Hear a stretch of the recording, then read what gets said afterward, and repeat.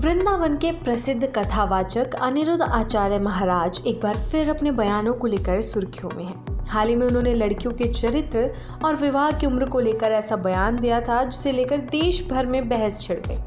अब उन्होंने अपने उस बयान पर सफाई दी है जिसमें उन्होंने कहा था कि आजकल की कुछ लड़कियां 10 लड़कों के साथ लिव इन में रहती है और फिर किसी एक के साथ कैसे बंध पाएंगे। अनिरुद्ध आचार्य महाराज ने सफाई देते हुए कहा कि उनका बयान सभी लड़कियों के लिए नहीं था बल्कि कुछ लड़कियों और कुछ लड़कों के लिए था।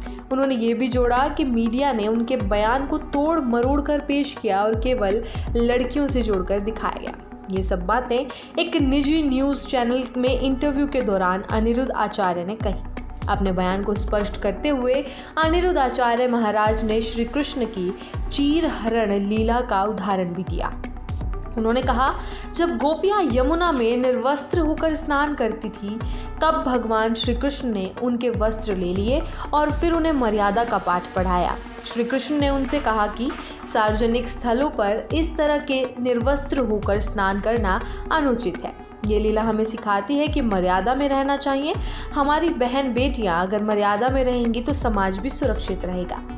महाराज ने यह भी कहा कि पुराने समय में लड़कियों की शादी जल्दी कर दी जाती थी ताकि वे अपने ससुराल को अपना घर माने और वहाँ की जिम्मेदारियों को समझ सके। जब उनसे पूछा गया कि क्या ये बाल विवाह जैसी कुप्रथा को बढ़ावा देने वाला बयान नहीं है, तो उन्होंने जवाब दिया कि आज के कानून सिर्फ लिव इन में रहने वाली महिलाओं की भावनाओं का सम्मान कर रहे हैं, लेकिन करोड़ों हिंदुओं की भावनाओं की अनदेखी की जा रही है। उन्होंने गौ हत्या के मुद्दे को भी उठाया और कहा कि देश में गौ हत्या पर अब तक कोई कठोर कानून नहीं बना है, जबकि करोड़ों हिंदू इससे आहत होते हैं। जब उनसे पूछा गया कि क्या उन्होंने अभद्र भाषा का इस्तेमाल किया है, तो उन्होंने इसका जवाब कुछ इस तरह दिया, जब माँ अपने बच्चे को गलत कार्य करते देखती है तो कभी कभी उसे डांटना भी पड़ता है। प्यार और डांट दोनों माँ की जिम्मेदारी होती है। उसी प्रकार गुरु का भी कर्तव्य है कि वो अपने शिष्यों को सही राह पर लाए और अगर ज़रूरत हो तो सख्ती भी करे। अनिरुद्ध आचार्य महाराज ने एक सुपरहिट बॉलीवुड अभिनेत्री का जिक्र करते हुए कहा कि उसने निर्वस्त्र होकर फोटोशूट करवाया था, जो कि अश्लीलता है। उन्होंने फिल्मों और टीवी कार्यक्रमों में दिखाए जाने वाले कंटेंट को भी अर्धनग्नता की श्रेणी में रखा। उन्होंने उदाहरण दिया कि ब्लू है पानी पानी गाना देख लीजिए, हमारी भाषा में वो अर्धनग्नता है। देश में ऐसी कई फिल्में बनती हैं जिन्हें एक पिता अपनी बेटी के साथ बैठकर नहीं देख सकता। जब उनसे पूछा गया कि वो जब बॉलीवुड को अश्लील बता रहे हैं तो फिर बिग बॉस जैसे शो में क्यों गए जिस पर अक्सर अश्लीलता के आरोप लगते हैं, तो अनिरुद्ध आचार्य ने जवाब में कहा, हनुमान जी भी रावण की लंका में गए थे, लेकिन रावण से दोस्ती करने नहीं बल्कि लंका दहन करने। इसी तरह मैं भी उस मंच पर गया था ताकि वहाँ की असलियत को उजागर कर सकूं। साक्षात्कार के दौरान जब उनसे अर्धनग्नता की परिभाषा पूछी गई तो उन्होंने स्पष्ट किया, जो महिला सार्वजनिक तौर पर ऐसे कपड़े पहनती है जिन्हें देखकर एक परिवार साथ बैठकर टीवी नहीं देख सकता, वही अर्धनग्नता है। उन्होंने कहा कि कपड़ों से ही तय होता है कि कोई व्यक्ति अर्धनग्न है या नहीं।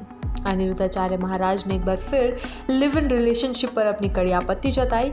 उन्होंने कहा कि लड़की हो या लड़का, दोनों को चरित्रवान रहना चाहिए। लिव इन में रहना ना समाज के हित में है, ना ही संस्कृति के अनुरूप। भारत की परंपरा विवाह पर आधारित है, ना कि अस्थायी रिश्तों पर। कानून बनाते समय आम जनता की भावनाओं का भी ख्याल रखना चाहिए।